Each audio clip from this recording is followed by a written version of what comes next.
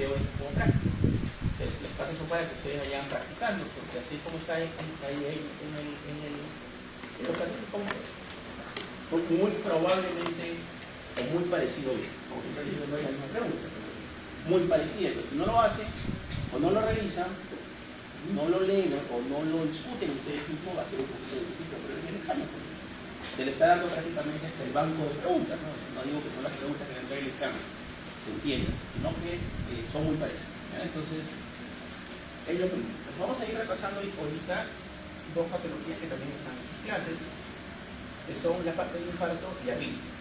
¿Ya?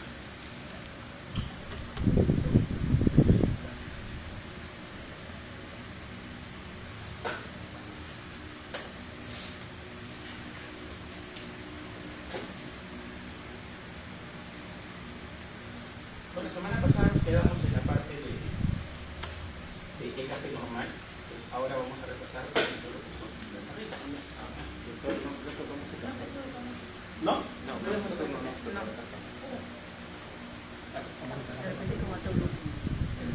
Bueno, los derivados de explicación acordar, porque por ahí puede ser que hay algún tema que nos iba a tocar. Pero con todos, si yo me acuerdo, con todos hemos tocado. Pero no, no hay problema. Lo revisamos.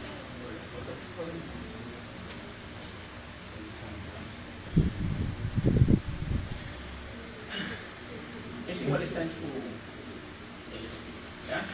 A ver, ¿qué hemos revisado la semana pasada con todos los grupos? Ustedes, ¿no? Donde estamos, es cómo yo leo o cómo yo como médico general tengo que saber interpretar un electro normal, que es la parte básica interpretativa de EKG.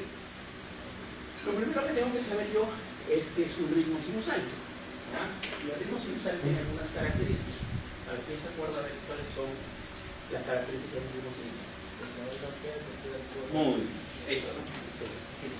Si yo tengo una onda P que antecede el QRS, ya puedo decir que probablemente, pues tienen que cumplir los otros criterios, que probablemente sea un ritmo sinusal. ¿Cuál otro más? Muy bien. Tengo una frecuencia de carga normal, entre 60 y 100, ¿no? Si está por debajo de 100, está por encima de 100, ya no es sinusal. ¿Qué más? El ritmo del intervalo RR tiene que ser regular. Si este intervalo de acá mide 20 cuadraditos, en el siguiente intervalo debe medir 20 cuadraditos. ¿Ya? Muy bien. Tercer criterio. ¿Cuántos criterios? El eje, muy bien. ¿Cuánto? ¿Cuánto es el eje normal? Menos 30 hasta más 90. Así es. Más 30 hasta más 90. Entonces, eso es el eje normal del corazón. Entonces eso nos va a dar a nosotros el cuarto criterio. ¿Ya? ¿Y el quinto criterio qué es? ¿Cuál es? Todas las P deben ser positivas. No, En ABR. En ABR y en B1 en personas de menores de 40 años podría ser negativo. El ABR siempre es negativo, esa es la traducción. Pero en personas jóvenes, menores de 40 años, la onda P podría ser negativa en B1. ¿Ya? Entonces, eso es lo primero que ustedes tienen que saber. Por lo que juegan un electrocardiograma, que a veces ponemos en los exámenes, a veces no. Lo ideal sería que sí, pero el tema es que a veces no incluyen la ingresada de la energía. Entonces, ponemos los electros en la pantalla para que ustedes lo puedan interpretar. ¿Verdad? Pero igual hay que conocer las cosas básicas. Muy bien. De ahí tenemos lo que son las ondas, ¿no? Ondas, por ejemplo, y los complejos. La onda P. La onda P, de alguna forma, ¿qué traduce dentro de un electrocardiograma? Lo que es la despolarización auricular. El QRS traduce la despolarización auricular y la onda T traduce la repolarización. ¿Ya? Muy bien. Entonces, todo esto finalmente nos va a dar esta onda. Ya tenemos una onda P, que más o menos la onda P no debe de medir más de 2 cuadraditos. Cada cuadradito mide 0.04. Pero debe medir más de 0.0. Hay otra cosa acá que es importante, que es el intervalo PR. Desde el inicio de la onda P hasta el final de la onda R, es otra cosa. El intervalo generalmente lo que va a asociar son ondas o complejos, ¿no? Ondas o complejos. Tengo la onda P y tengo parte del complejo QRS. Entonces, el intervalo PR abarca desde el inicio de la onda P hasta el final de la onda R. Y más o menos, esto no debe de medir más de 5 cuadraditos, 0,1. ¿Por qué es importante, de alguna forma, el intervalo? ¿O qué traduce el intervalo PR? Traduce la conducción desde el nódulo sinusal hasta el nódulo auriculoventricular. Eso es lo que traduce el intervalo PR. ¿Por qué otra cosa es el intervalo PR importante? Porque la alteración del PR, del intervalo PR, puede darnos patologías. ¿Cuáles son estas patologías? Por lo tanto, voy a tener dos patologías. Lo que se llama el PR corto y lo que se llama el PR prolongado. Cuando yo tengo un PR prolongado, es decir, mide más de 0.20, es decir, más de 5 cuadraditos, más de 5 cuadraditos pequeños, porque hemos dicho cada cuadradito pequeño mide 0.04. Pero si yo digo más de 5 cuadraditos, es 0.2 o 0.2. Acuérdense que acá hablamos de segundos, ¿no? Y acá hablamos de voltios, ¿no? Para poder entender. Ok, entonces el PR prolongado, ¿qué nos traduce? Un bloqueo auriculoventricular de primer grado, ¿no? Por lo mismo, si yo digo que esta transmisión desde la aurícula, desde el nodo sinusal hasta el nódulo auriculoventricular, si yo tengo un PR prolongado, por lo tanto, se va a prolongar esto si hay alguna alteración o un bloqueo, algo que no permita que eso llegue rápidamente de color. Y lo otro que es el PR corto, eso se llaman los síndromes de preexcitación. De los que más conocidos, los que más debemos recordar, son el síndrome de Parkinson-White. Este síndrome de Parkinson-White es porque se produce una alteración o un eje anómalo que va a producir, ¿no? una alteración en la transmisión, ¿no? del nodo sinusal hacia el nodo auriculoventricular, ¿no? Y eso se llama el antequímico. Y esto va a tener las siguientes características, ¿no? Por ejemplo, ya tenemos uno, va a tener un PR corto, va a tener una onda delta y va a tener un QRS ensanchado, ¿no? ¿Cómo es la onda? Es así. Algo así, ¿no? Entonces, el PR, vamos a tener mi onda PR va a ser corta, chiquita, va a tener una onda delta, que es esta, y el QRS va a ser prolongado. ¿Ya? Entonces, para eso me sirve el PR. Muy bien, el QRS, ¿para qué? ¿O cuál es mi utilidad práctica? ¿Cuánto debe de medir? No debe medir más de 3 cuadraditos, es decir, 0.2, eso es lo normal, no debe medir más de 0.2. En la parte práctica, ¿para qué me sirve a mí el QRS? Más que todo para diferenciar las taquicardias. Por ejemplo, si yo tengo un paciente que tiene una taquicardia, vamos a poner un ejemplo, de 180, lo primero que yo tengo que fijarme es en el QRS, porque decíamos que el QRS puede ser estrecho, acá, y puede ser o puede ser ancho. Entonces, de acuerdo a eso yo puedo saber si mayoritariamente, porque puede haber casos más raros, pero digamos, la mayoría de veces, que es lo que ustedes tienen que saber como médicos generales, es en cuanto a las taquicardias, el QRS estrecho, como en este caso, me habla de que la taquicardia es supraventricular, por lo tanto es de las aurículas. ¿Qué tengo acá? Las más frecuentes, fibrilación auricular, flúter auricular, la taquicardia paroxística supraventricular. Si yo tengo un paciente que tiene una taquicardia y tiene un QRS estrecho, yo le digo, esta es probablemente también es el supraventricular, que me quedan o me quedo con menos causas de arritmia. En cambio, cuando yo tengo este paciente que tiene esta taquicardia que tiene un QRS ancho, acá yo digo que probablemente sea ventricular. Entonces, ¿qué tengo acá yo? Tengo la cruzada de Coins, tengo la taquicardia ventricular y la fibrilación ventricular. ¿Ya? La fibrilación ventricular. Esa es la parte práctica que a mí me va a servir, ¿no? Para yo diferenciar si una taquicardia es sinusal o es una taquicardia, perdón, es una taquicardia supraventricular o ventricular. ¿Ya? Esa es la importancia del QRS. De ahí tenemos la onda T, y la onda T, mayoritariamente la onda T en la parte transversal humano sirve en los temas hipercalémicos, ¿no? Pero generalmente, acuérdense, la semana pasada que decíamos que el potasio es el electrolito más importante para que fase de potenciación. Fase 3, la repolarización. Repolarización. Muy bien. ¿Y la onda T qué traduce? La repolarización. Por lo tanto, si hay alteraciones en manifestarse, ¿dónde creen ustedes que va a alterar o va a manifestarse en el elemento vertebral? En la onda lateral. Cuando yo tengo hipercalemia, la T se va hacia arriba, y cuando yo tengo hipocalemia, la T se hacia plano, se hacia abajo. Y así, ¿ya? Muy bien. De ahí tengo este, que es el intervalo QT, ¿no? El intervalo QT lo mismo, puedo tener un QT prolongado, o puedo tener un QT corto. ¿Cuál es lo grave de esto? Que esto nos puede llevar a fibrilaciones ventriculares. Por ejemplo, hay medicamentos que pueden producir QT corto. Los macrólidos, la mayoría de medicamentos que se utilizan para la malaria, la quinina, la cloroquina, ¿no? La ivermectina, ustedes utilizaron o se utilizó un poco, se mal utilizó en la pandemia, ¿no? También pueden producir QT corto, ¿ya? Entonces, este es el inconveniente. ¿Qué traduce QT? Es simple. Si empieza acá, ¿esto qué traduce? La onda QT, la OPQRS, ¿cómo te traduce? La desconexión ventricular. ¿Y la onda T qué traduce? Entonces, ¿qué traduciría el QRS y la onda T? La despolarización y la repolarización. Todo el potencial de acción ventricular, ¿no? Eso es lo que traduce finalmente. Por eso tienen que ustedes saber, ¿no?, cuánto es el tamaño normal, en qué, o sus alteraciones, en qué patologías más frecuentemente, porque podemos hablar de la onda T, que yo les puedo hablar hasta de 5 de tipos diferenciales, pero nos vamos a marear. Entonces, solo estamos hablando de las cosas más frecuentes, ¿ya? Muy bien, y lo otro es esto. Vamos a volver por ahí.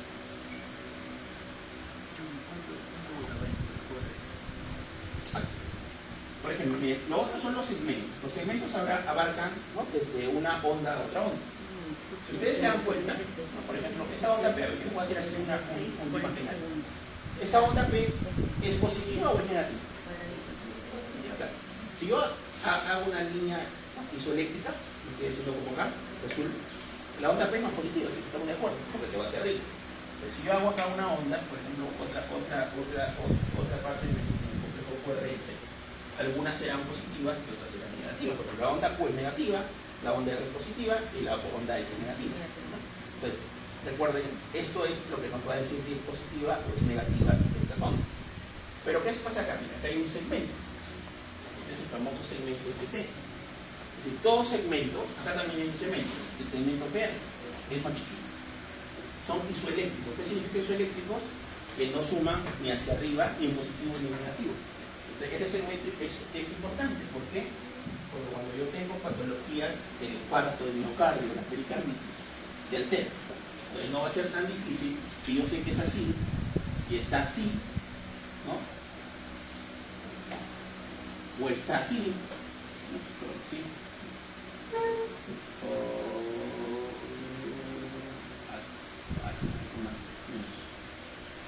O está así, que esta onda o este segmento ST no es normal. Porque normalmente, ¿cómo debe ser? Isoeléctrico. Si yo veo que está así al revés, que está elevado o que está deprimido, ¿no?, ya digo, esto no es normal, ¿no?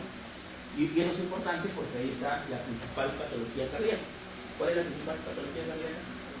Los infartos, los problemas miocárdicos. Entonces, para eso me sirve este segmento. ¿Qué tengo que hacer en un segmento? Que normalmente son isoeléctricas, ¿no? Y que normalmente,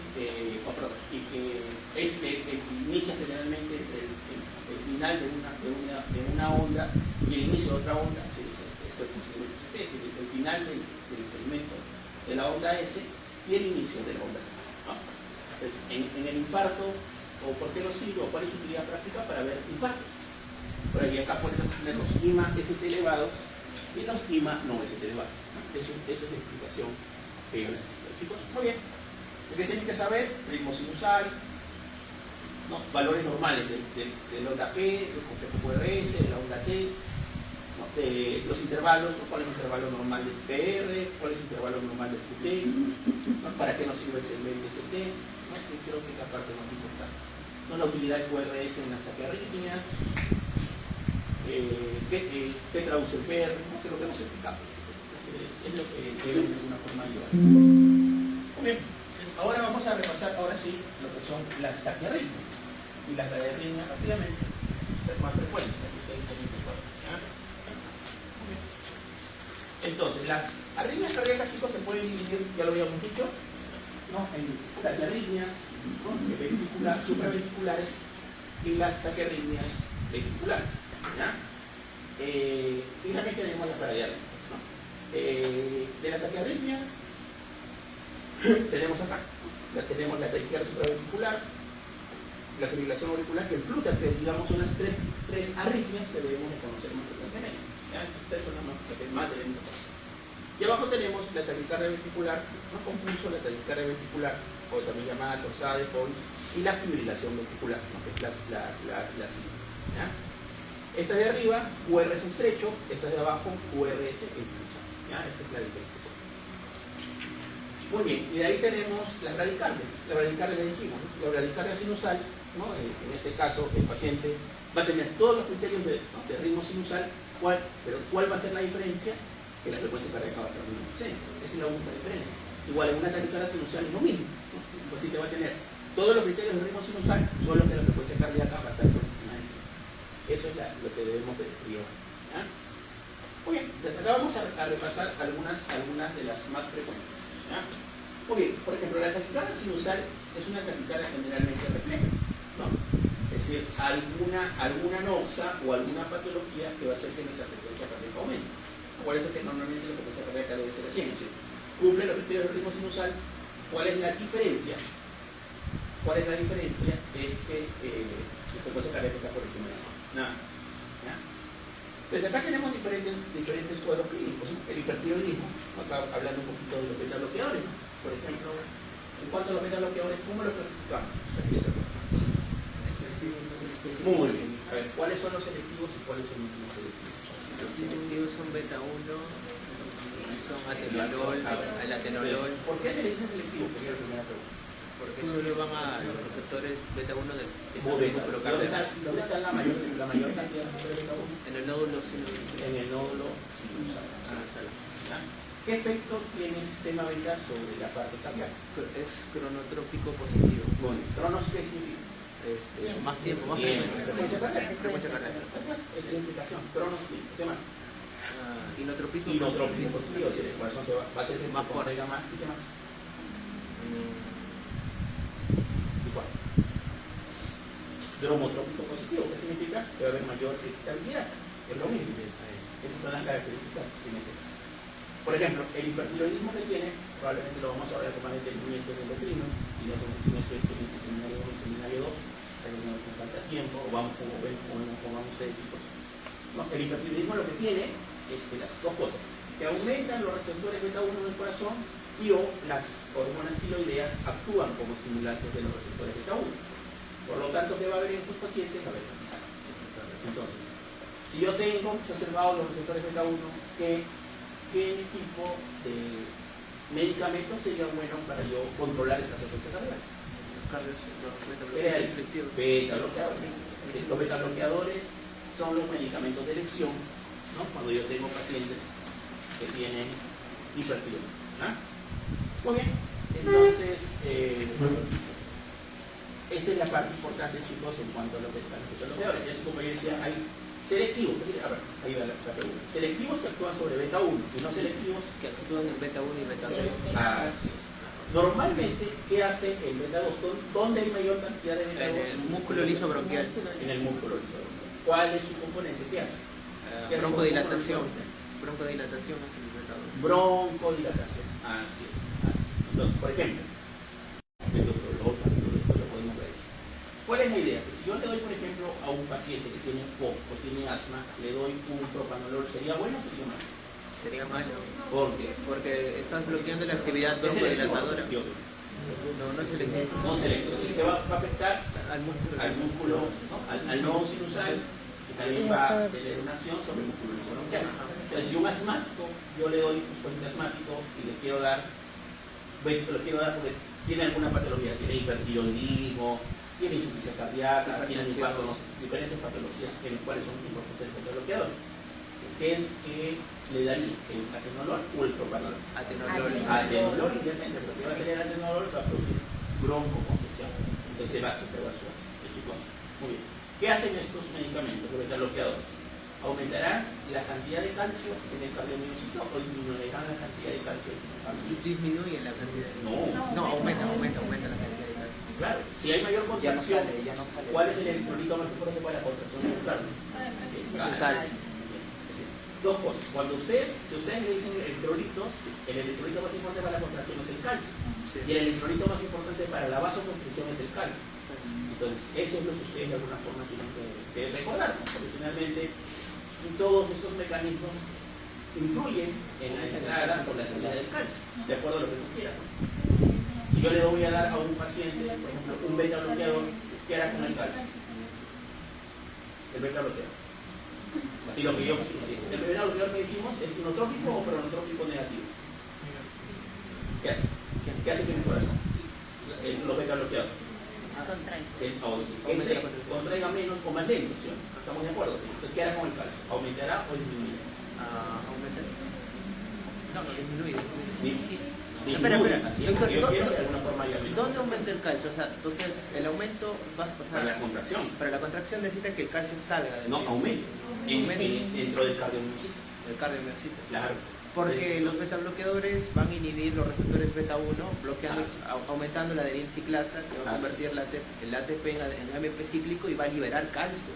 Claro, pero la liberación de calcio, ¿dónde es? Afuera.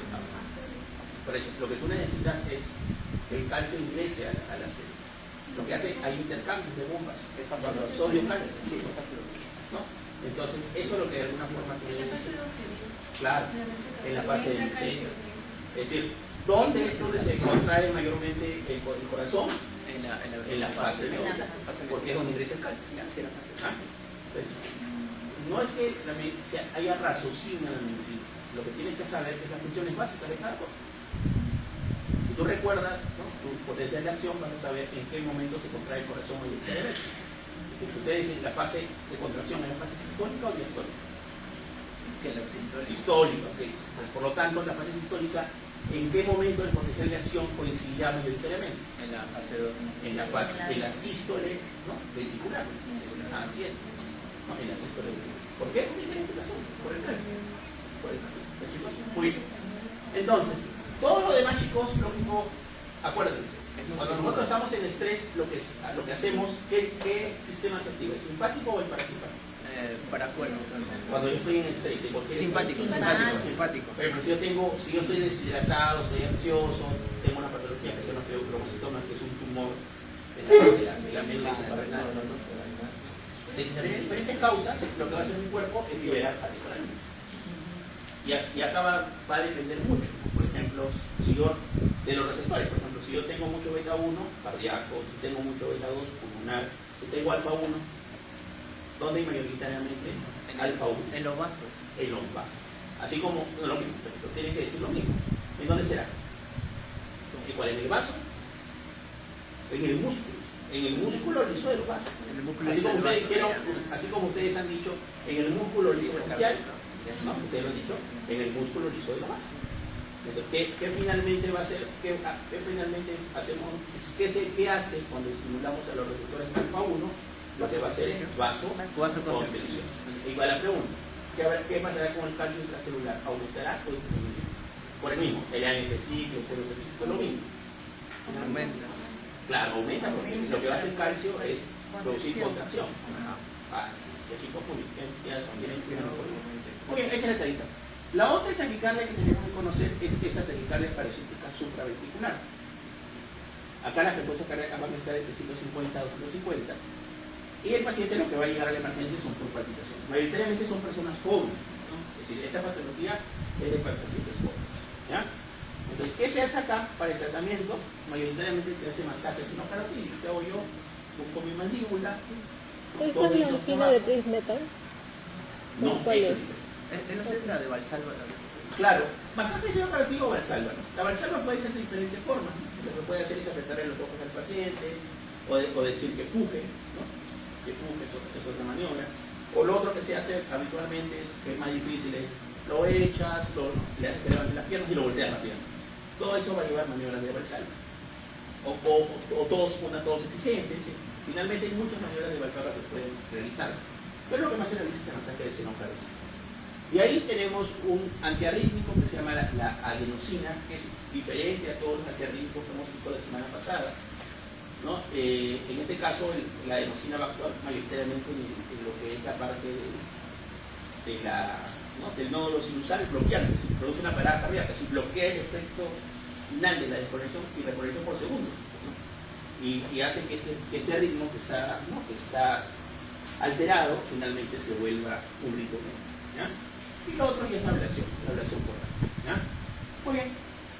Creo que por acá estamos cosas. Ok.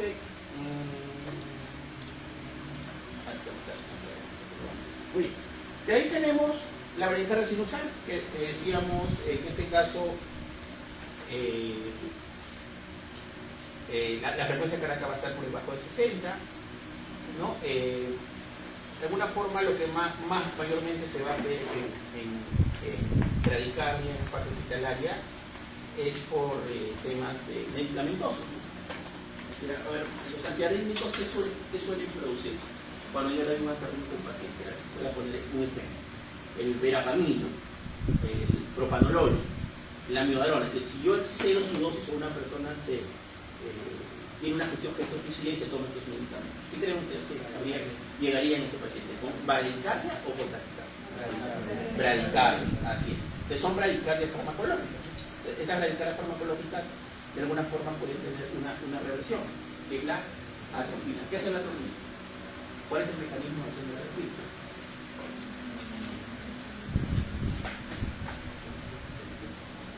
¿Por qué aumenta la frecuencia cardíaca? A ver, el sistema parasimpático, ¿qué hace normalmente? El parasimpático. Ok, el sistema parasimpático lo que hace es disminuir la frecuencia cardíaca, ¿no? Por medio de unos receptores, los M2 que se encuentran en el miocardio. Es decir, así como hay los beta 1, hay los M2. ¿Estamos de acuerdo?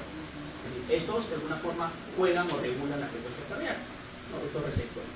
Entonces, ¿qué pasa de alguna forma si yo tengo una bradicardia severa y quisiera aumentar? ¿Qué le tendría que dar? Un medicamento que estimule al sistema parasimpático o que bloquea el sistema parasimpático. Que bloquea la atropina. Entonces, ¿qué hará la atropina? La adenosina clasa. ¿Ah? Creo que es un antagonista competitivo la adenosina clasa. Claro, está bien, pero ¿qué receptor? El M2. Exactamente. Por eso lo que tiene que partir de eso. Lo que va a hacer es bloquear, ¿no?, en forma competitiva los receptores M2. Si yo bloqueo los M2, ¿qué va a pasar? ¿Qué va a hacer mi cuerpo? Va a predominar los beta Va 1. a hacer que aumente la frecuencia cardíaca. ¿Ya? Bueno, son preguntas de examen, cosa. Si ustedes están, dan las fijas, ¿ah? Les voy a quejarse. Bueno, yo voy a pedir la grabación para decirles, te lo dije en clase, te lo dije en clase. Ya, si ustedes ya no aprueban, ya son un discurso.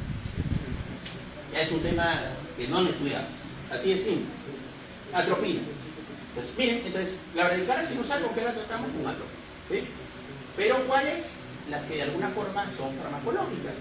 Por ejemplo, si yo tengo una atropina por un bloqueo auriculoventricular de tercer grado, que es una alteración ya en la conducción cardíaca, ¿servirá la atropina?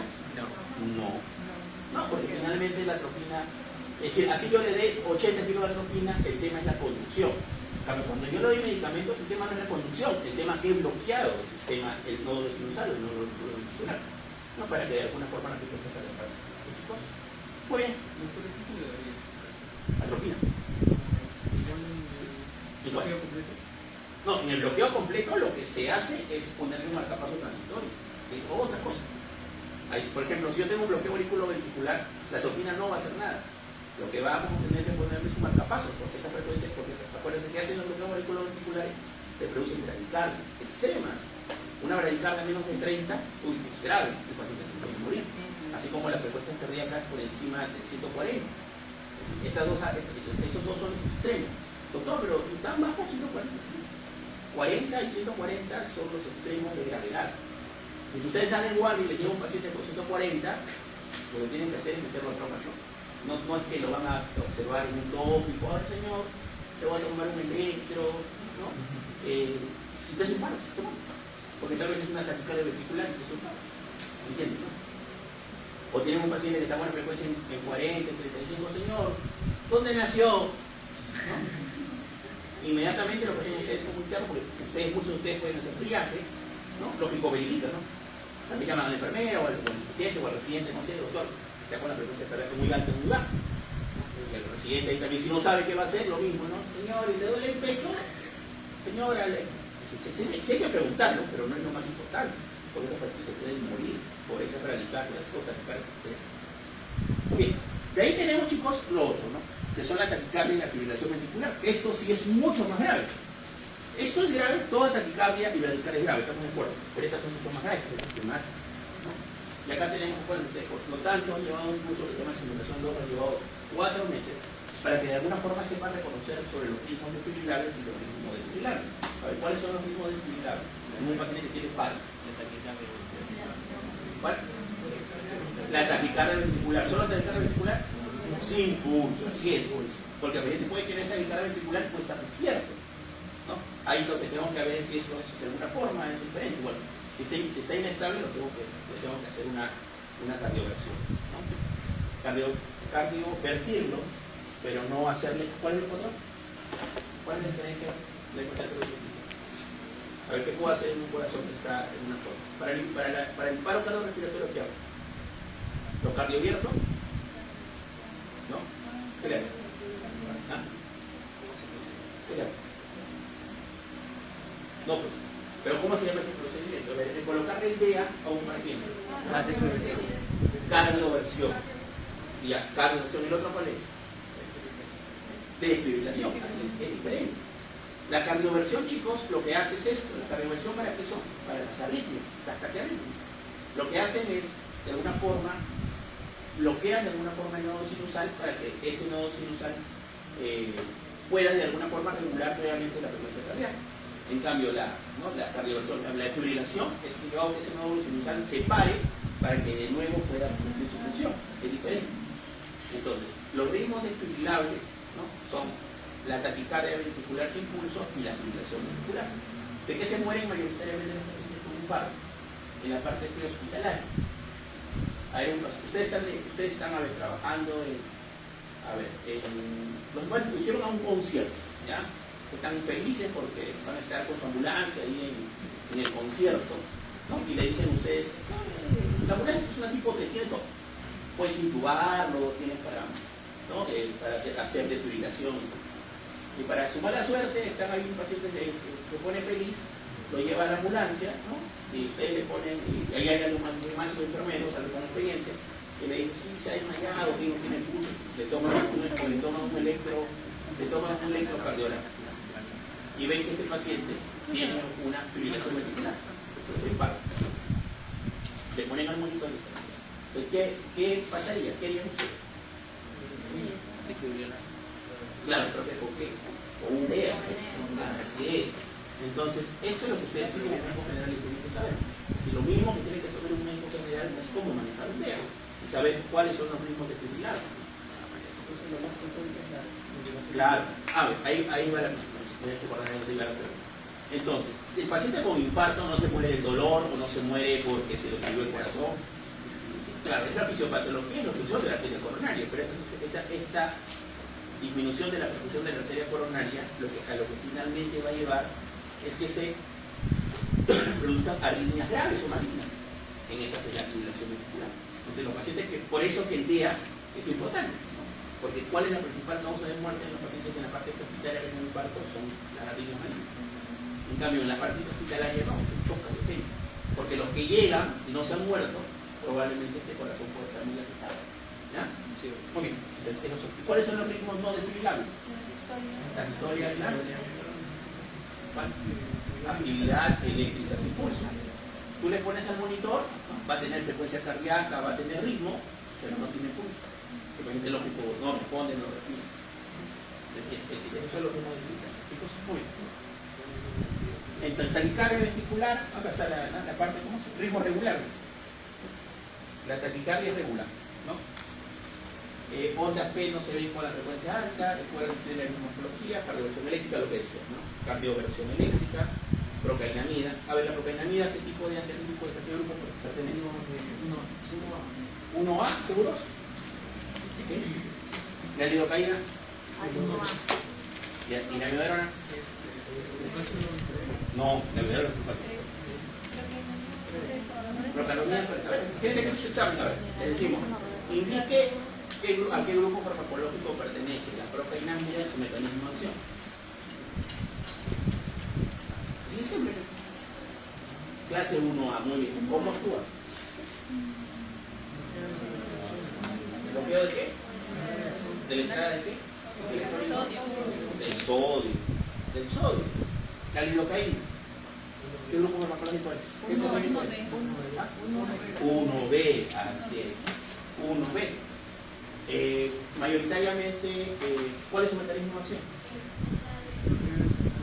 Claro. En realidad, chicos, hay diferentes efectos, ¿no? Pero recuerden que el efecto más importante para bloquear lo que el 1A son la bloquea de entrada de sodio. Bloquea de entrada de sodio. Entonces, lo que hacen actúan en la despolarización. En la despolarización. ¿Tiran la verdad? A ver, ¿a qué grupo farmacológico pertenece? Primero que tienen que saber. Grupo 3. ¿Cuál es su mecanismo de acción? ¿Bloqueo de qué? ¿De la entrada o la salida? La salida.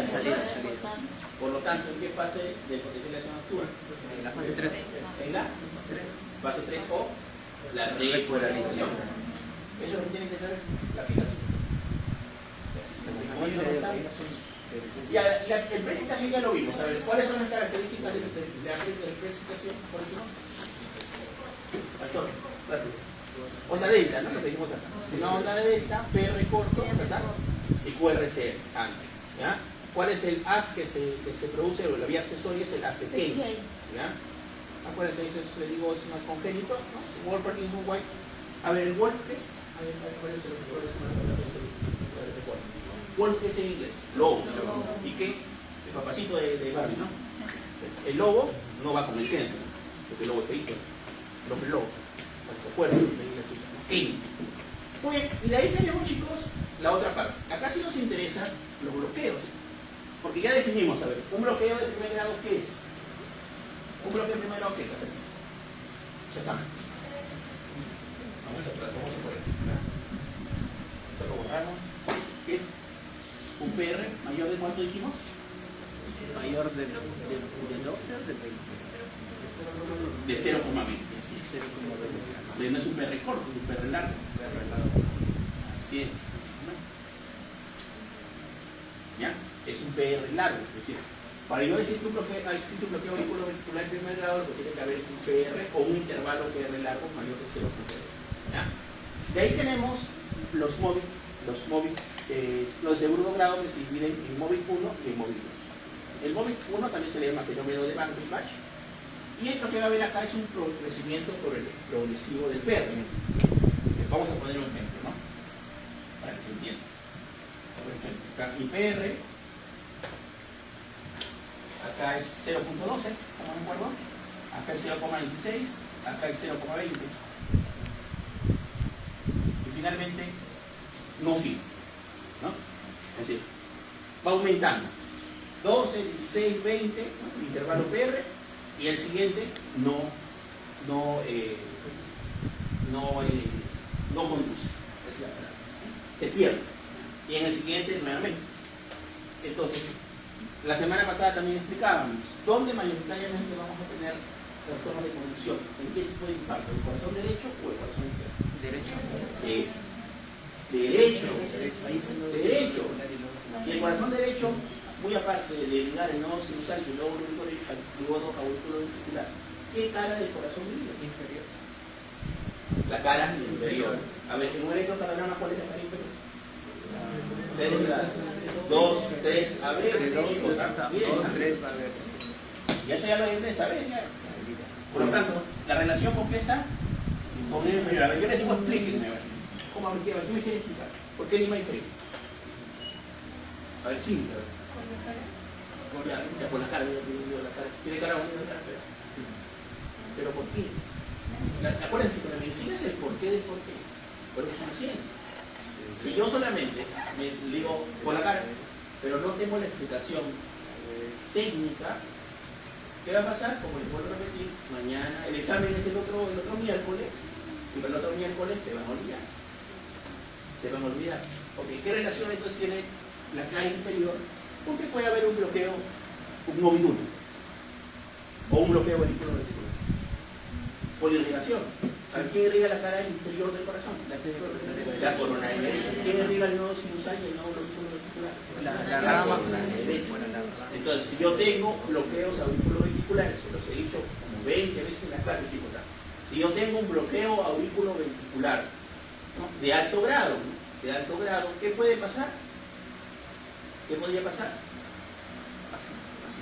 Bloqueos. No, claro, en un grado grave puede haber un paro cardiorrespiratorio por una paralisia extrema.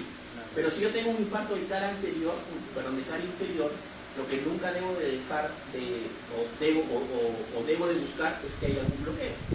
Porque por la irrigación, ¿no?, esa es la irrigación, tienen la misma irrigación, ¿no? Entonces ese es el dato importante, ¿ya? Oye, de ahí tenemos el segundo grado, ¿no?, que es el móvil 2, en el cual puede haber una PR constante, ¿no?, pero la PR en algún momento se pierde. Acá es progresiva, acá hay PR, pero en algún momento se pierde la PR, no existe. Pero las PR pueden ser constantes, ¿ya? Y en el tercer grado, o es el bloqueo A completo, ¿no?, en este caso lo que hay es una disociación auriculoventricular, ¿no?, grave. ¿Qué significa? Cada uno, exactamente, esa es la traducción, cada uno por su lado. Puede haber una onda P y puede haber un QRS. En la siguiente no hay onda P y puede haber QRS. En la siguiente hay onda P y no hay un QRS. Cada uno va a su ritmo. El P, la onda P va a su ritmo y el QRS va a su ritmo. Por lo tanto, el paciente que va a tener radical. Muy bien. De ahí tenemos la fibrilación auricular, que es de las arritmias más frecuentes, chicos, que debemos de conocer. Fisiopatológicamente, esto se va a producir. Tiene dos teorías, un poco tópico en la aurícula izquierda. Acuérdense, mayoritariamente, ¿dónde está nuestro nodo sinusal? ¿Dónde se encuentra? ¿En qué aurícula? En la derecha. Entonces, en este caso, la fibrilación auricular se va a producir por un foco ectópico en la aurícula izquierda, lo que explicábamos la semana pasada. ¿Qué es más probable? Que tengamos nosotros como un... ¿Hasta qué tenemos? 9:20, no importa. Entonces, ¿qué es más frecuente? Que yo pueda tener una fibrilación auricular, si es que tengo una aurícula grande, una aurícula pequeña o una aurícula Grande. Así es, porque hay más posibilidad que pueda haber focos ectópicos. ¿Estamos de acuerdo? ¿Y qué parte? ¿Cuál es la parte? Todos estos focos ectópicos pueden hacer. ¿Cuál es la principal complicación de la fibrilación auricular? La explosión de trombo. Exactamente. ¿Y dónde está la zona más trombogénica de nuestro corazón? La aurícula izquierda. En la aurícula izquierda. ¿En qué parte de la aurícula izquierda? La aurícula. Entonces ustedes le dicen, ¿cuál es la zona más trombogénica del corazón? Es la orejuela de la aurícula izquierda. Ahí se pueden formar los trombos. Entonces, ¿qué hace? El paciente fibrila porque hay un foco ectópico en esa aurícula crecida, finalmente va a mandar un trombo. Mayoritariamente, ¿a dónde se van esos trombos? A la arteria pulmonar Al izquierda. cerebro. La Porque se va a salir por la otra. cerebral. ¿Anterior? No, pues. La cerebral media. No duda. Ya, la cerebral media. El otro de cardiología sí no me responsabilizo porque usted lo llevaba. Pero el otro sí. La cerebral media, lo que les digo. ¿Por qué? Porque es directo, ¿no?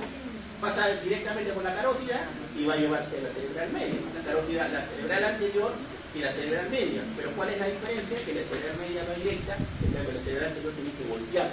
Es más en frecuencia, que es más fácil que se vaya hacia arriba. Que se vaya hacia arriba, sí. Entonces, esto es lo que se va a producir en este caso. Esto es lo que se va a producir.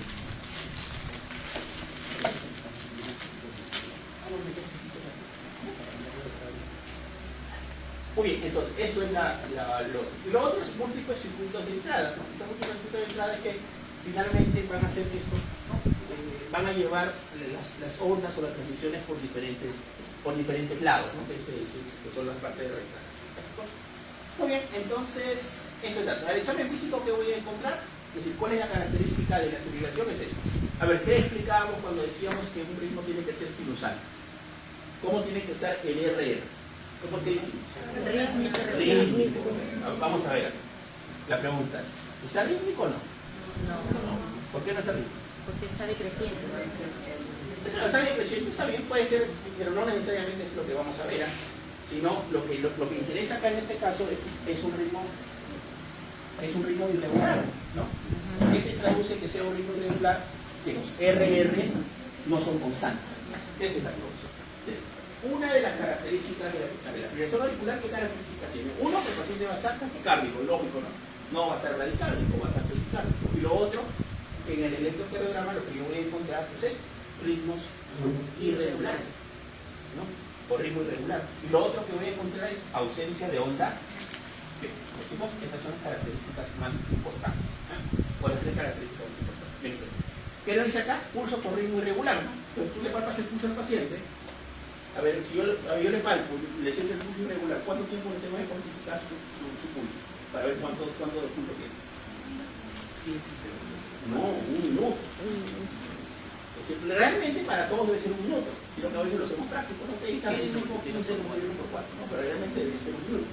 Después voy a tener un pulso por ritmo irregular, tengo que cuantificar en un minuto, ¿no? Y el pulso deficitario. ¿Qué es el pulso deficitario? Es el pulso distinto a la... A ver, por ejemplo, si yo les digo, ¿cuál es el pulso característico de la fibrilación auricular? El pulso deficitario. A ver, ¿cómo? A ver, le digo, explíqueme cómo se produce, cuál es, o cómo le busco el pulso deficitario a un paciente. ¿Qué hago? Sí, lo ausculto y le cuento la frecuencia cardíaca. Por ejemplo, acá tiene 180, ¿no? Ok, de nuevo le tomo el pulso y tiene 160. ¿Están iguales? No. ¿Cuál está mayor? La frecuencia cardíaca, que la medición del pulso. Hay una alteración. Eso que se llama, este es un nombre, pulso deficitario. Le falta pulso. Tiene déficit de la cuantificación del pulso. Tengo 180 acá, tengo 160 acá. Se altera. Es otra característica clínica. ¿El pulso deficitario es característico de qué? De la fibrilación auricular. El pulso deficitario. El pulso paradojal es característico de qué?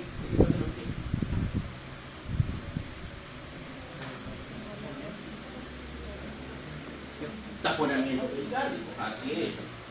¿Cuál es la diferencia en este caso? Es que normalmente el paciente inspira, por eso la semana pasada les explicaba, cuando yo inspiro normalmente, ¿qué hace? Que se llena mi corazón. Eso es lo normal.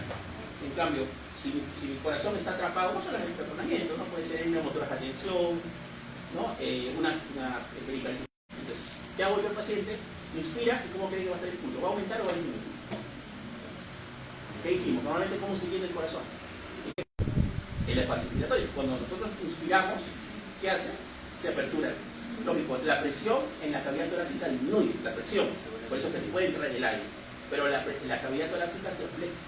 Entonces, ¿qué hace? Que el mediastino no se aperture y finalmente el corazón o la aurícula derecha se puede llenar. Eso es lo que se logra. En cambio, si yo tengo mi corazón comprimido, ¿qué va a pasar? ¿Se podrá llenar el corazón? No. O sea, por una opción. Estenosis aórtica. Un paciente que tiene estenosis aórtica, ¿cómo va a salir el gasto cardíaco? ¿Normal o disminuido? Está así, no puede salir la carga del corazón. Con la presión de eyección, no está disminuido. ¿Cómo va a estar el pulso? Va a estar. Sí, se va a sentir un pulso más débil y va a llegar tardío, porque lo poco que llegue va a tener dificultad en llegar. ¿Cómo creen que va a estar el pulso en un paciente que tiene una insuficiencia aórtica? ¿Cómo se llama ese pulso? Pulso en martillo. Si se llena un martillo, ¿no? Entonces, ¿eso qué significa? Que yo le hago hasta, le subo el pulso hasta arriba y le va a meter pum, pum, pum, un martillo. ¿Por qué? Porque acá es al revés. Acá no hay poscarga o no hay algo que esté o limite la salida, ¿no? Porque la válvula aórtica es insuficiente, ¿no? Entonces, todos estos chicos, a ver, vuelvo a repetir, todo esto tiene una explicación fisiopatológica, ¿ya? Todos los pulsos que ustedes lo han aprendido en el sexto ciclo. Muy bien. De ahí tenemos el flúter auricular, ¿ya? El flúter auricular, chicos, es característico porque tiene esto, ¿no? ¿Cuál es la fisiopatología básica? Son los fenómenos de macroinfladas. Y la característica es que va a ser, acá en este caso es un ritmo, ¿qué será? ¿Rítmico o arrítmico? Rítmico. Es un ritmo rítmico. ¿Cuál es la característica de estas ondas, ¿no? Que también se llama onda del serrucho, o también tiene otro nombre, ¿no? Se le llama aleta de tiburón. Cualquiera de los dos, igual más fácil se aproxima. El serrucho o aleta de tiburón, para mí es más fácil aleta de tiburón.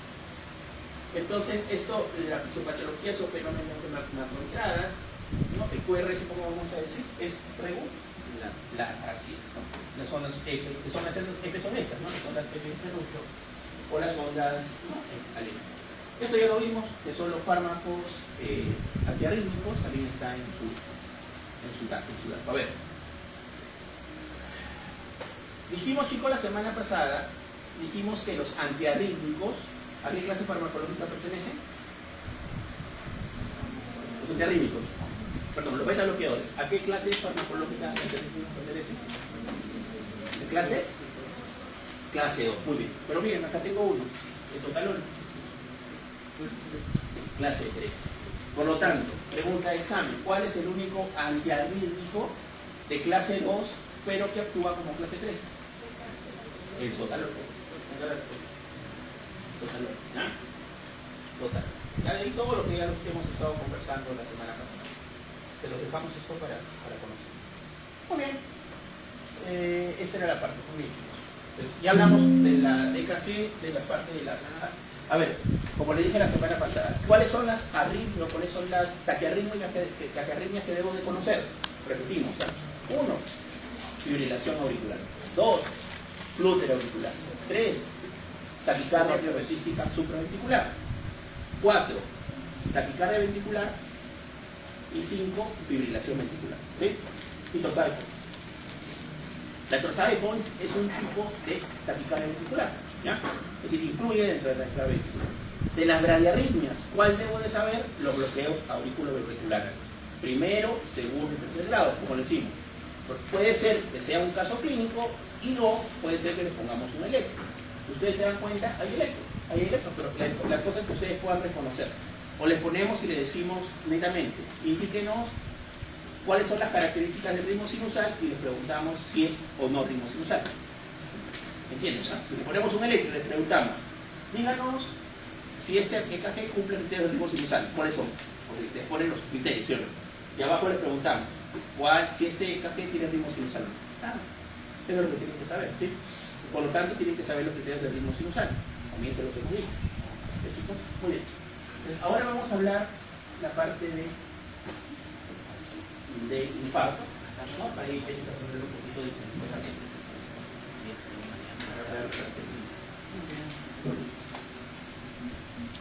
muy bien. Entonces, en cuanto a la cardiopatía singénica, chicos, lo que tengo que recordar yo son dos patologías.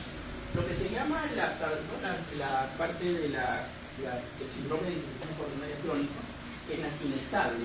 A ver, ¿cuáles son las tres características de inestable? Estable. No estamos hablando todavía de fisiopatología. Pasa el reposo. Lo primero, acuérdense. Lo primero tengo que ver las características del dolor. ¿Cuáles son las características del dolor? ¿Cuáles son las características del dolor? Dolor opresivo, intenso, puede ser la mandíbula, muy bien, ¿no? Gran intensidad, opresivo, con irrigación a cuello, son las características más importantes. Okay. En angina estable, ¿con qué aumenta el dolor? Con el ejercicio. Con el ejercicio, solo con el ejercicio y con el estrés. También. ¿Y con qué calma el dolor? Con el reposo. Reposo, nitratos y oxígeno. Eso es una angina estable, mi cosa. Esa es una angina estable. Bueno, y eso se le llama síndrome coronario crónico.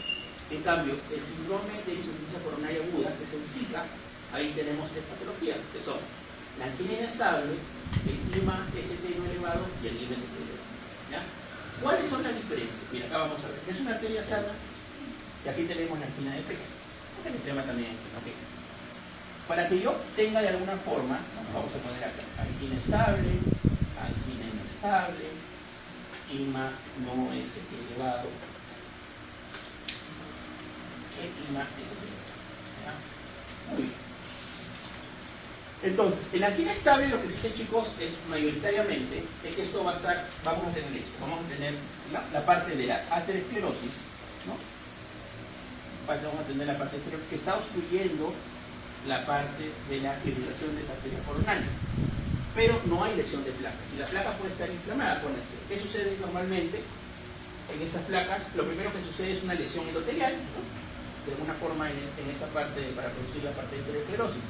Y finalmente acá se van a formar, ¿no? Va a haber macrófagos que van a captar a los lípidos, se llaman macrófagos espumosos, ¿no? Va a haber aumento, ¿no?, de los linfocitos, ¿no?, de interleuquinas. Por lo tanto, esta placa está inflamada, ¿no? ¿Por qué? Porque tiene pues interleuquinas y tiene linfocitos. Por lo tanto, se inflama. Y esta placa inflamada es más fácil que se pueda romper, ¿no? Se pueda romper y pueda producir un infarto miocardio. ¿Ya? Pero digamos, solamente tenemos esto, es una placa inflamada, pero no está lesionado todavía el endotelio. ¿Qué va a pasar? Va a pasar eso. Pero ¿qué pasa? Está disminuida la parte de la irrigación coronaria. Pero ¿cuándo se va a notar? Cuando el paciente haga esfuerzo. ¿Esto qué es? Una angina estática. ¿Ah? Es así. ¿Desde cuándo? Por eso, ¿cuál es la característica de esto? Y ahí está la explicación.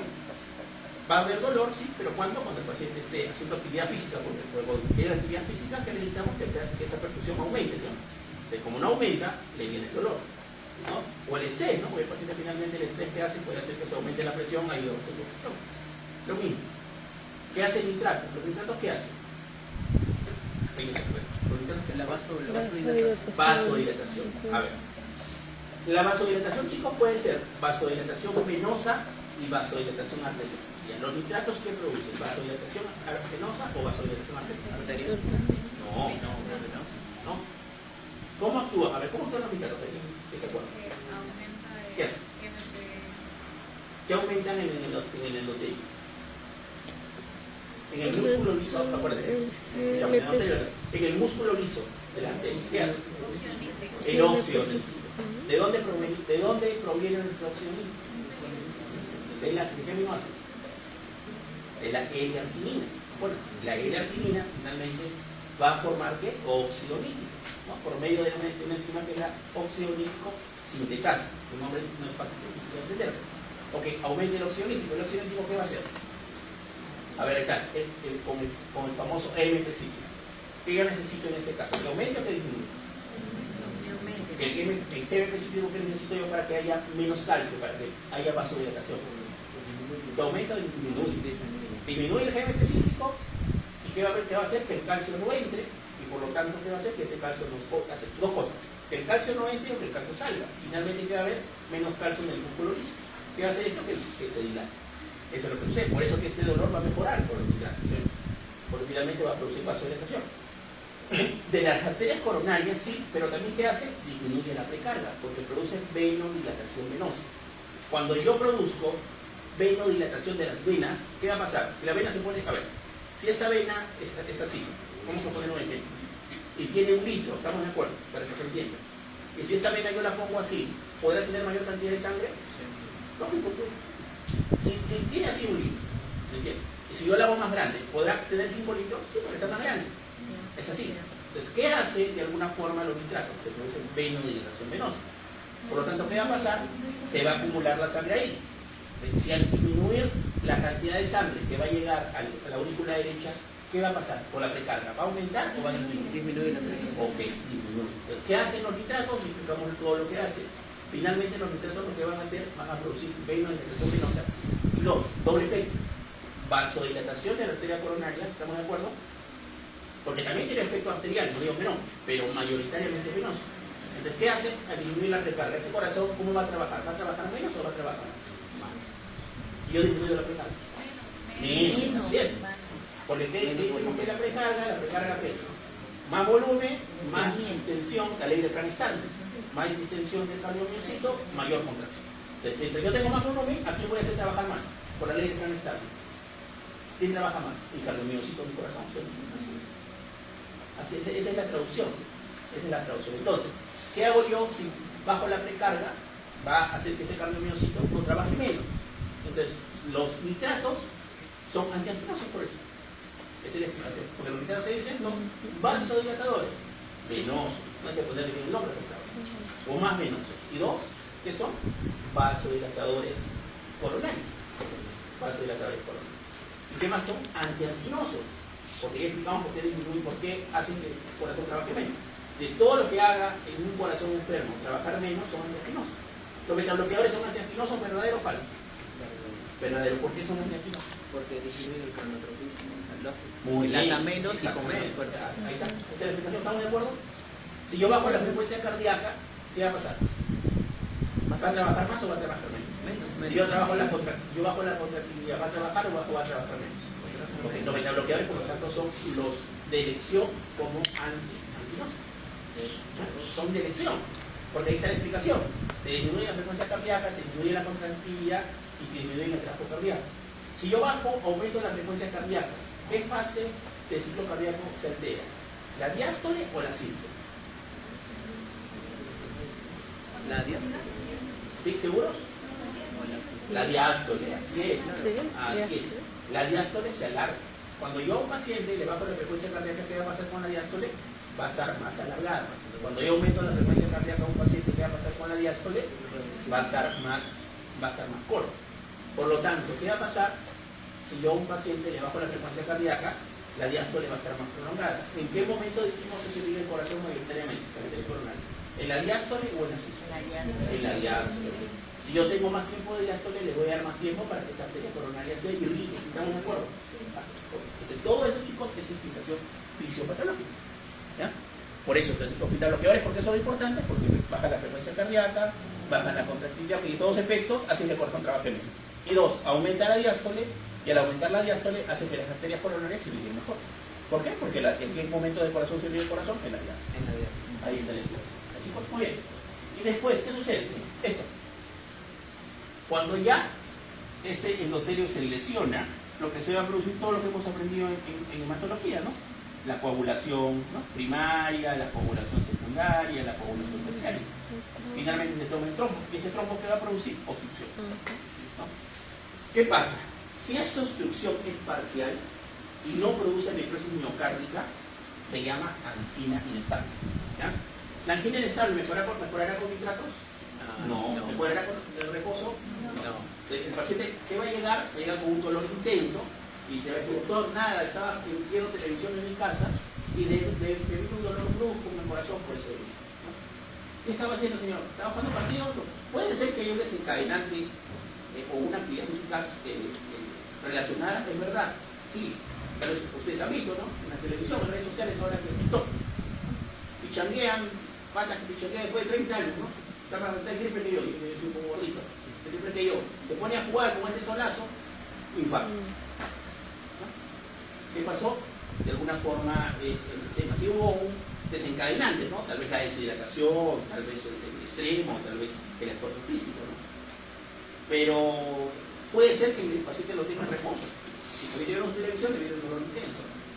Entonces, acá no está relacionado el esfuerzo. Es decir, como que no es el factor más importante relacionado a la angina estable, sí. La angina estable, ¿quién va a preservar esto? El esfuerzo. Y acá está la explicación fisiopatológica.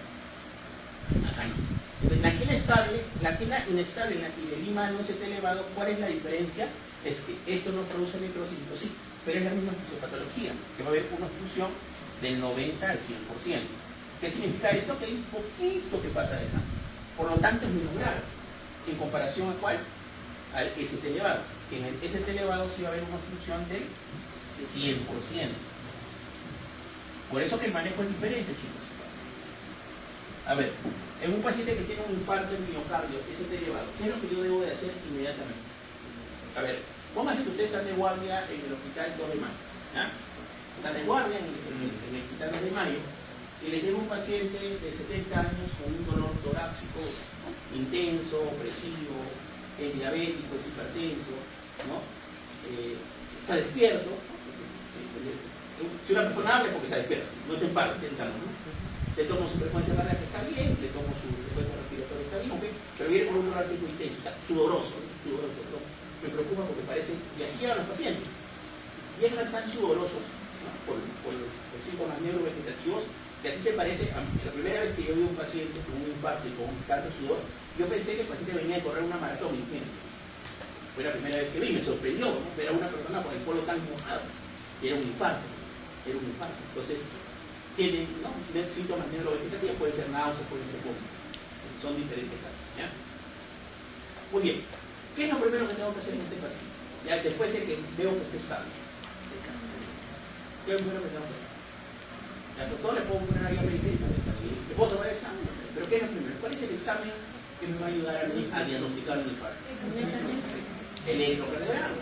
Es lo primero que tengo que hacer. Sí, lo primero que tengo que descartar es que mi paciente no esté en paro. Es simple, ¿no? Está hablando, y si viene con un dolor torácico típico, lo tengo que meter inmediatamente a trauma shock, porque el infarto es así. El paciente te llega vivo y a los 30 segundos se te muere en tu cara. Te tengo que pasarlo a trauma shock. ¿Para qué? Para monitorizarlo. Para monitorizarlo y tomarlo esqueleto inmediatamente. Porque ahí me va a diferenciar si es esto, ¿no? Porque si es un IMST elevado, y yo ya sé la fisiopatología, que es que la arteria coronaria está obstruida al 100%, ¿qué creen que debería hacer con esa arteria coronaria? Está obstruida al 100%. Desobstruirla. Está bien. Aperturarla o destruirla. Esa es la palabra exacta. Por eso, que un IMST elevado, ¿cuál es el tratamiento de elección? El ¿Cómo se le stem. llama? El stem. Ya, está bien, pero ¿cómo se le llama? Repercusión miocardial. Y lo puedo hacer, y ustedes ahí tienen la explicación, de dos formas, ¿no? Lo puedo hacer con angioplastía coronaria o con trombolíticos. ¿No? De los trombolíticos, ¿cuál es el medicamento que utilizamos mayormente en el Perú? Alteplase. ¿Cuál es el mecanismo de acción del alteplase? ¿Qué hace? ¿Qué hace? ¿Qué hace? Favorece el plasminógeno en plasmina. ¿Cuál? No le escucho. A ver, ¿es un agonista o es un antagonista? Agonista. Antagonista no puede. Agonista. Estimula la conversión, ¿no? Del plasminógeno tisular activado, ¿no? Para que el plasminógeno tisular activado, ¿qué hace? Convierta ¿qué? El plasminógeno en plasmina. ¿Qué hace la plasmina? Degrada el trombo. Entonces, si la fisiopatología del infarto es un trombo, ¿qué va a hacer el anteplase? Va a trombolizar el trombo medicamentosamente. ¿Cuál creen que será la principal complicación de un paciente que lo trombolizamos?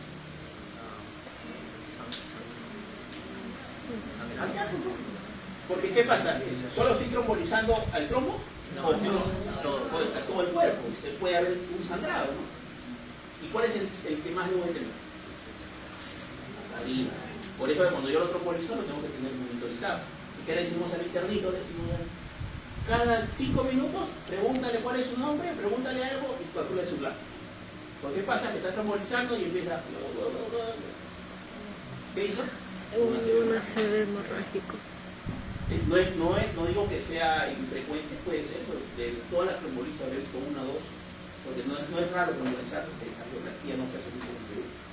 Pero eso es lo que tengo que monitorizar, yo tengo que saber, ¿no? Porque fíjense, usted está de guardia, como interno dice, vamos a trombolizar al paciente por un IMST elevado, a ver, monitorízale el gramo, monitorízale, ¿no? La parte del gramo y pregúntale cada 5 minutos su nombre. Y usted dice, ya, pues soy bonito, solo me siento y lo hago, ¿no? No, pero la cosa es que tienen que ustedes saber el por qué, por la complicación, No solamente eso, ponte que el paciente empiece a lo mismo, ¿no? Estás trombolizando y pero solamente el agua, le vas tomando su presión y su frecuencia cardíaca.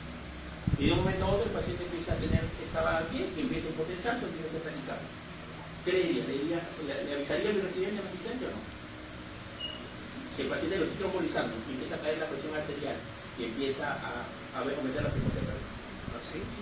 Lógico, ¿qué puede estar pasando? Un sangrado. Una hemorragia. Porque paro la trombolisis. Porque tal vez no es en el cerebro, él está despierto, pero está hipotenso. Tal vez hay un sangrado y a los 3 minutos él empieza y el paciente hace una hematemesis masiva. ¿Entiendes? ¿No? Así. Eso es lo otro que tengo que monitorizar, ¿no? Porque puede rozar ácidos y cosas. Muy bien. Ya saben el mecanismo de acción. Lo otro es la angioplastía coronaria. ¿Cuál es la elección? ¿La trombolisis o la angioplastía coronaria? La angioplastía. ¿Qué voy a hacer en la angioplastía coronaria? Lo que yo voy a colocar es un catéter por la arteria femoral o por la arteria radial que va a llegar hasta acá. Vamos a borrar esta para ¿qué hace? Miren, esta arteria es obstruida. ¿Qué hago? Lo que voy a hacer acá, le voy a poner un stent. Este stent, ¿qué va a hacer? Va a aperturar esta arteria coronaria, ¿no? Y finalmente le voy a poner una malla. Y esta malla que tiene, generalmente tiene medicamentos antiagregantes catetarios. ¿Para qué? Para que este trombo no se pliegue acá la malla. ¿Y qué le doy? Aparte, le doy, muy aparte que esos vienen medicados, le doy anticoagulación, antiagregación. Le doy doble antiagregación. A ver, ¿qué medicamentos, qué antiagregantes le doy? Pues timolina, es elevado. Estamos repasando todo. ¿A mecanismo de la inhibición? ¿Covalente o no covalente? Covalente. Inhibición irreversible, covalente de la COX-1 y la COX-2. ¿Cómo estará el tromboxano A2 en un paciente que no hay aspirina? Disminuir. El tromboxano A2 disminuido. ¿Qué hace la COX? La COX. ¿Qué hace? ¿Qué hace la COX? Disminuir el tromboxano. A ver, por eso tiene que ver, a ver. Siempre que les pregunten a estos chicos, creo que también la cosa ayer les explicó cuál es el mecanismo que hace. Si es que inhibe la producción, de alguna forma no vamos a tenerlo. Por ejemplo, el alisquirén, ¿qué hace? Bloquea la renina, bloquea la acción de la renina. Si yo bloqueo la renina, ¿qué va a pasar con la renina?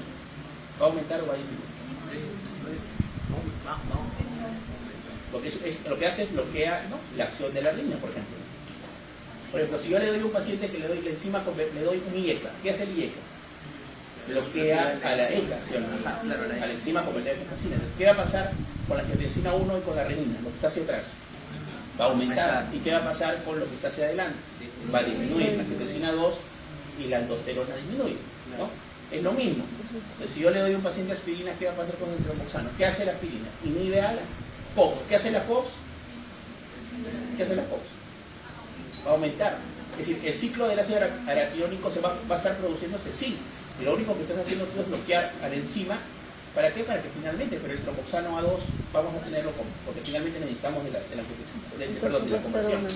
No para que se produzca el tromboxano. El tromboxano no se va a producir porque finalmente está bloqueado. Así, está bloqueado. No vamos a tener tromboxano A2. Disminuye el tromboxano A2. ¿Ya? Disminuye. Entonces, yo no voy a tener tromboxano A2. Muy bien. ¿Cómo actúa el clopidogrel? Creo que era... Inhibe la guerra receptor, menos cirrosis, ¿no? ¿De qué fase? ¿En qué fase? En la fase de agregación. Aunque la vez pasada, por ejemplo, con el doctor Silva también veíamos que era un poco en la fase de secreción, para el punto del examen, agregación, ¿ya? Punto del examen, agregación.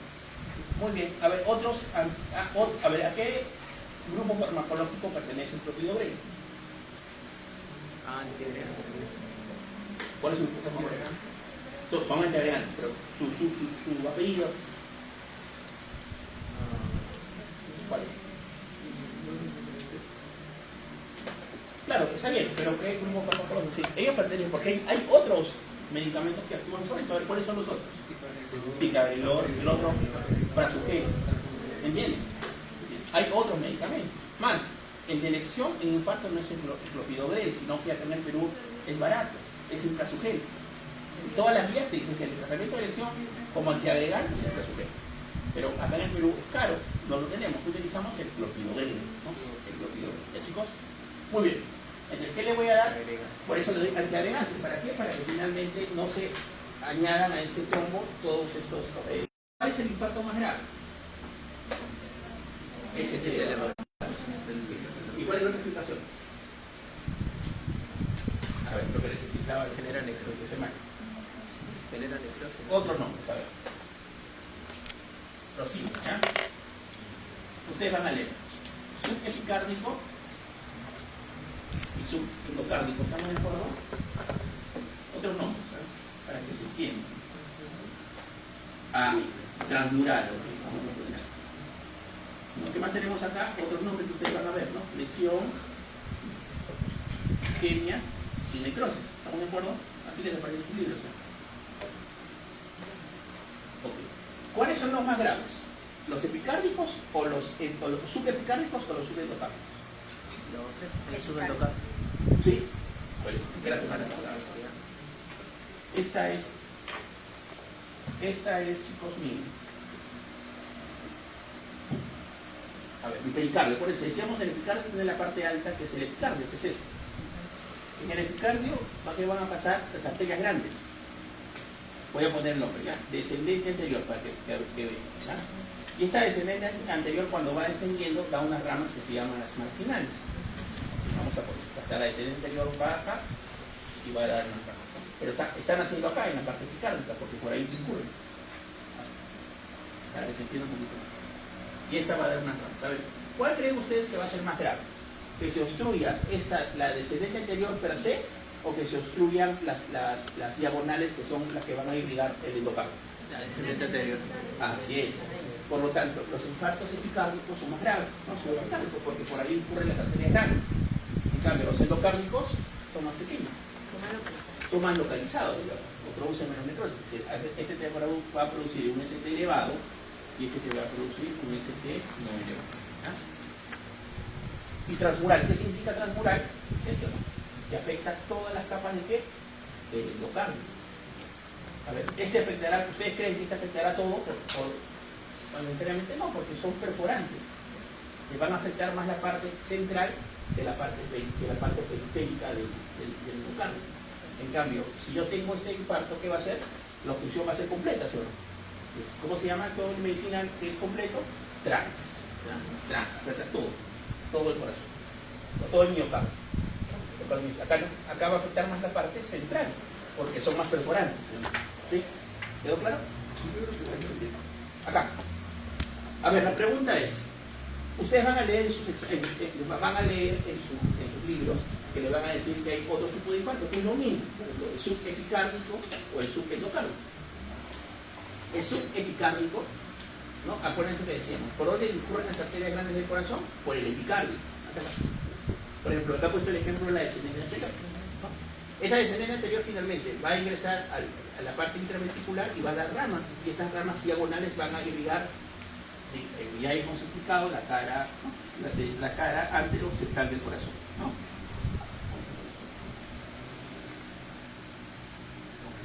La pregunta era, ¿cuál será más grave? ¿Un subepicárdico o un subendocárdico?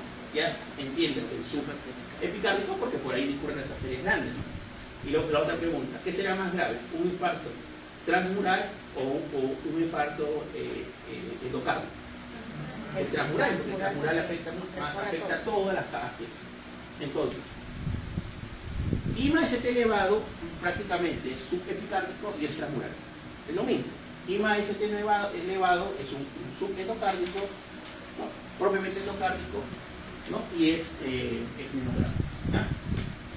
Y lo otro es la lesión, injuria, ¿no? y necrosis. Es decir, lesión es cuando hay alteración en la onda T.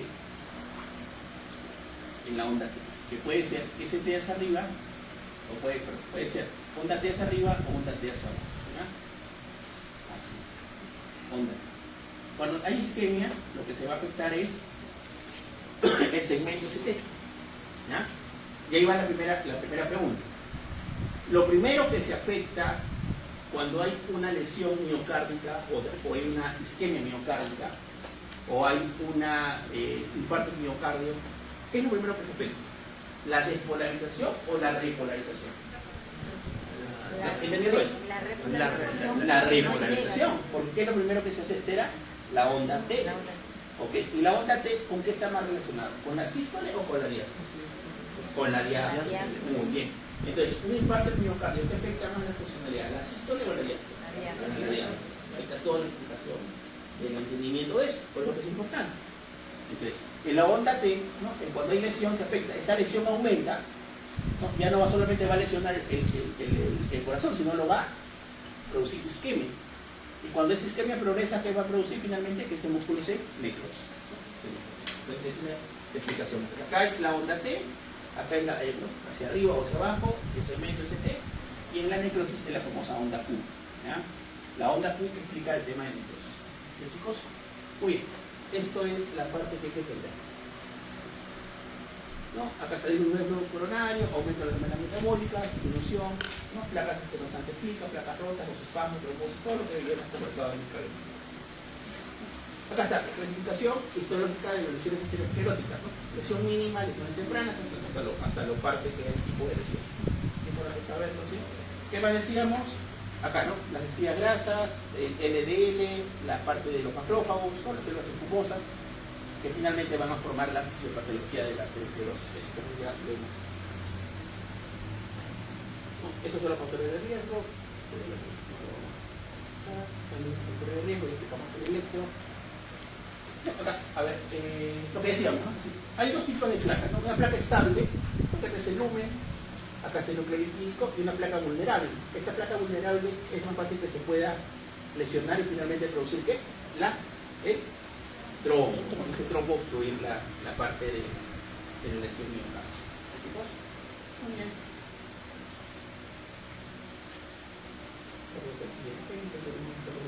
A ver, acá. A ver, cambios en el electrofagos en el infarto de miocardio. Derivaciones. A ver, para el anterior, ¿qué derivaciones son? B3, B4, B4. Para el sectal, B1, B2. B1, B2. lateral, Alta o baja. alta y baja. Así tenemos que diferenciar. ¿Alta cuál es? ABL y D1. 1, AB. Ajá. Ya. Y baja, B5, B6. 5 veces. Para el anterior, D2, D3 y AB. 2, 3, AB. A ver. Muy bien. Para el posterior, B7, B8, B9. Son derivaciones posteriores. ¿Dónde se toman las derivaciones posteriores? Acá, en la parte posterior. Vasos involucrados, acá está. A ver, vasos involucrados. Pared anterior, sectal, ¿quién irriga? La descendente. La descendente. Y la pared lateral, Lateral Ok. en la circunfleja. acá te ponemos descendente anterior. La pared lateral que ponemos circunfleja. Pared inferior que ponemos Coronario derecho. coronaria derecha. Pared posterior que ponemos Es la descendente. ¿cuál? Pared posterior del corazón. ¿Quién irriga la pared posterior del corazón? La coronaria derecha. La coronaria derecha. Cambios en el EKG. Eso es lo que hemos visto, ¿no? Pueden ser alteraciones en la onda T, ¿no? Pueden ser alteraciones en el segmento ST o pueden ser en la onda Q, ¿no? Si es onda T, se llama lesión. Si es ST, isquemia, y si es necrosis, onda Q. ¿Ya? Esas son las diferencias. Esto es el ABC. ¿Ya? Y esto no lo aprenden para su examen, ya tienen mínimo 10 preguntas. Tienen que verlo. Muy bien.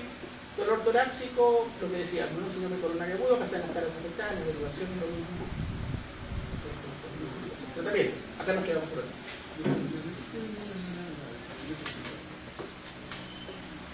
¿Cuál? ¿Acá? Claro, la pared posterior, es lo mismo. Claro, pero la descendente posterior es rama de la coronaria derecha. Claro. A ver. Depende, si ustedes quieren ser más finos, le pueden poner, ¿no?, la descendente posterior, pero finalmente que es rama de la coronaria derecha. Cualquiera de los dos podría ser validada, pero preferible pongan descendente posterior. ¿Ya? Si no hay descendente posterior en las claves, coronaria derecha. ¿Sí? Coronaria derecha. Es otra opción. Muy bien.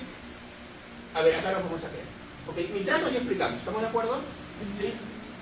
Beta-bloqueadores que hablamos, aspirina, corticoide. Ok, estatinas. A ver, estatinas. ¿Por qué le damos estatinas a un paciente que tiene un infarto de miocardio? A ver, ¿cuál es el mecanismo de acción de las estatinas? ¿Qué enzima bloquea?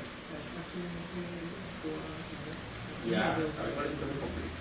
Hidroxi, metilglucarín o enzima. Tu compañero lo ha hecho. Hidroxi, hidroximetilglucarín o enzima. Reductase, ok. Hidroximetilglucarín o enzima reductase, ¿ya? Que es el medicamento que hace que las estatinas finalmente no produzcan colesterol, ¿no? O bloquear la producción de colesterol. A los pacientes que tienen infarto les damos estatinas, es verdad, a dosis altas. ¿Por qué lo que hacen? A ver, ¿qué dijimos? ¿Cómo está una placa en un paciente con infarto? ¿Está inflamado o no? Sí, está inflamado.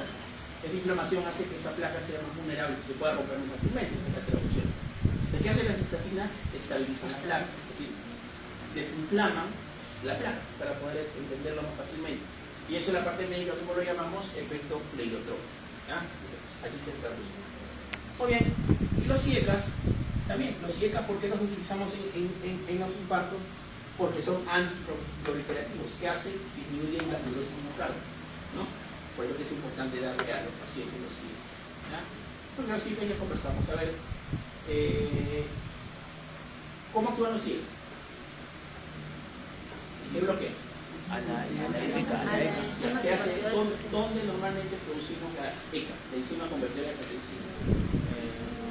Normalmente, biológicamente, ¿dónde lo producimos? Pulmones. ¿En dónde?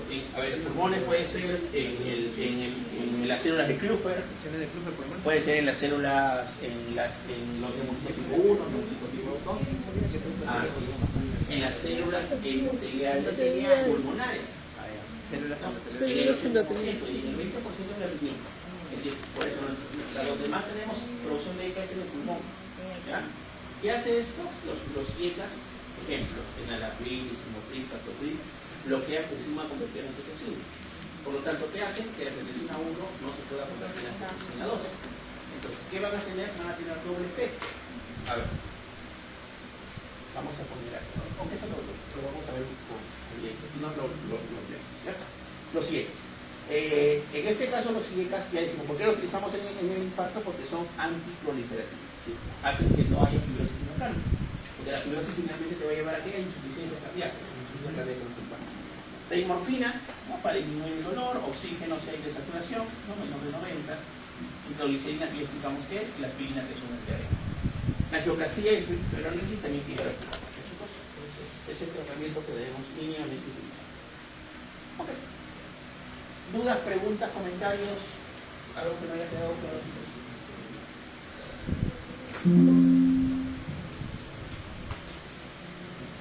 Ok. Ahora Jennifer, chicos, nos va a hablar un poquito de insuficiencia cardíaca y fármacos. Atentos a lo que da Jennifer porque va a ser lo que va a venir en el examen.